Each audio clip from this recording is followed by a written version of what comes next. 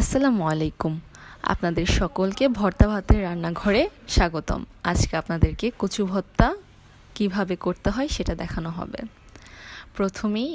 প্রথমেই কচু পাতাগুলো ভালো করে চেক করে নিতে হবে যাতে পোকামাকড় না থাকে। তারপরে আস্তে আস্তে টুকরা টুকরা করে এটাকে সুন্দর করে ধুয়ে নিতে হবে।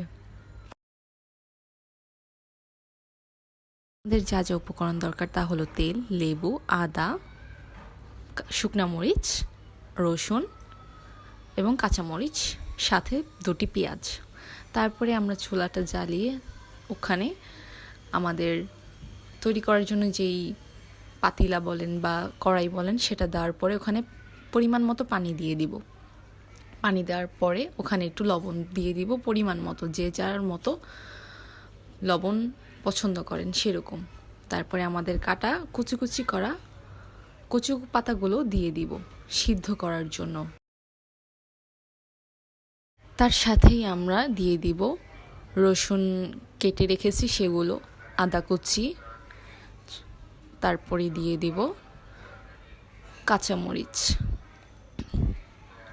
তারপরে ঢাকনা দিয়ে এটিকে কতক্ষণ সিদ্ধ করতে রেখে দিব। কিছুক্ষণ পরে যখন ঢাকনাটা ভেপে যাবে তখন উঠিয়ে একটু নাড়াচাড়া দিয়ে নেব। তারপরে আমরা একটি প্লেটে উঠিয়ে নেব। উঠানোর পরে আমরা আরেকটা কড়াইয়ে বা পাতিলায় যেটাই হোক সেটার ভিতরে আমরা শুকনো মরিচ ভেজে নেব। তারপরে আমরা আসবো ভর্তা মাখানোর দিকে।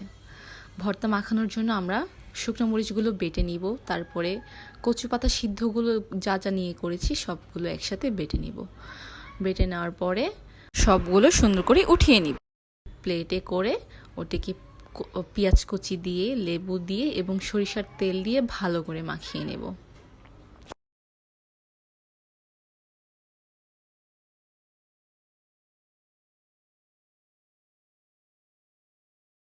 এই তো হয়ে গেল সবার প্রিয় কচু ভর্তা।